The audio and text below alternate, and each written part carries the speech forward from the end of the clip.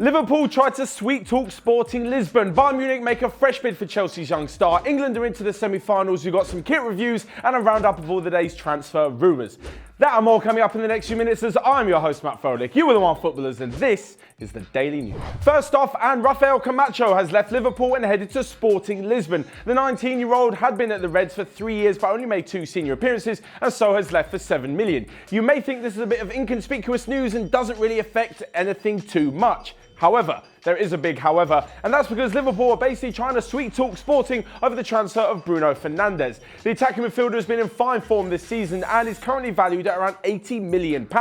Liverpool had apparently originally offered £45 million plus Camacho. However, seeing that a deal wouldn't be done, then decided to drop it. So by letting Sporting sign the youngster for such little money, well, they're hoping to get into their good books. So when a bid eventually does come in, they'll hopefully have first dibs for the attacker. And next up, talking of bright young stars, and there's Calum Hudson, currently injured at Chelsea, but he could be back for the first few games of the season. Bayern Munich have made a fresh bid because he still hasn't signed a new deal. He of course has 1 year left in his contract, meaning that if he doesn't sign a new one, he'll be able to go for free next summer. Bayern did have a few bids in January rejected for around £30 million, and they've come in with a fresh offer of 22.5. Now of course it's 6 months later and he's 6 months closer to his deal expiring, but that's pretty insulting to Chelsea. The one reason why I think it won't happen and he'll eventually sign a new deal is because Frank Lampard is going to come in and Chelsea have a transfer ban. This means that no new signings are going to come in and take Hudson-Odoi's place. The fact that Eden Hazard's left means he's going to get far more game time, and the fact that Chelsea are clearly looking towards a younger, brighter future means that he's going to play more in the Premier League. Don't forget that he made his first England start before he made his first Premier League start for Chelsea earlier this season. Next up, Lucy Bronze, Jill Scott and Ellen White were all on the score sheet as England women's made it into the semi-finals of the World Cup. That was enough to give them a 3-0 win over Norway and put Phil Neville's side just 1 game away from marking their return to the World Cup final. This would be a massive achievement, and it was made all that better by the fact they played against a pretty good Norway side. They are pretty good, but they could have been even better if they had Ballon d'Or women's winner Ada Hegerberg on their side, but unfortunately she was not playing. This is due to a disagreement with the Norway national side, which meant she hasn't actually played with the team for a few years. If they'd have had her in their side, could they have won? Maybe not. It did look like England were pretty confident on the night, and they'll be heading into the semis full of confidence that they can bring football home. Finally, if the men can't, we're all hoping that the women definitely can.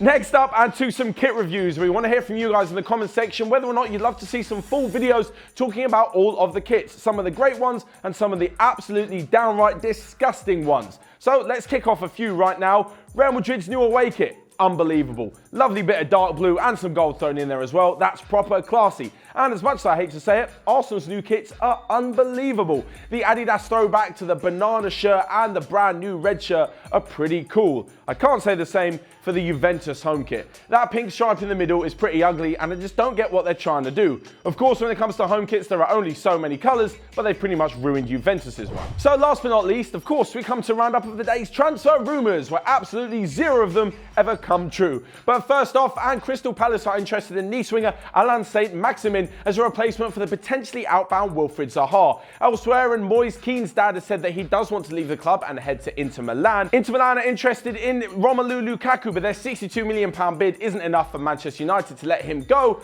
And Southampton are interested in Dortmund's Sebastian Rode, who spent last season on loan at Eintracht Frankfurt. So what do you guys think of Calum Hudson-Odoi's chances in the Chelsea side this season, or will he be moving to Bayern Munich? Alongside this, are Liverpool now the favourites to sign Bruno Fernandes? Let me know all of your thoughts in the comment section down below about all of today's daily news and any other rumours that you may have heard. Whilst you're down there, you can also smash the like button and click here or here to check out all of the other videos we've got going on Onefootball. But until next time, have a great weekend and I will see you guys later.